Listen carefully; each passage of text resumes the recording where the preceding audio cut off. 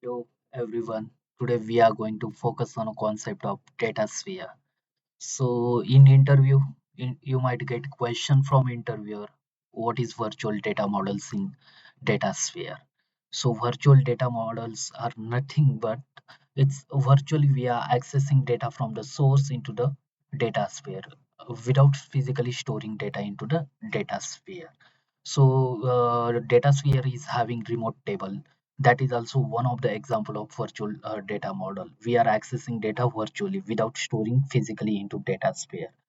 Advantage of VDMs are like we are having flexibility. We can create complex data relationship dynamically.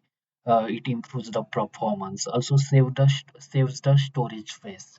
Real time access as we are virtually accessing data from the source itself, so we can create real time reports with the help of VDM. So VDMs in S4HANA and S4HANA Cloud are represented by CDS views.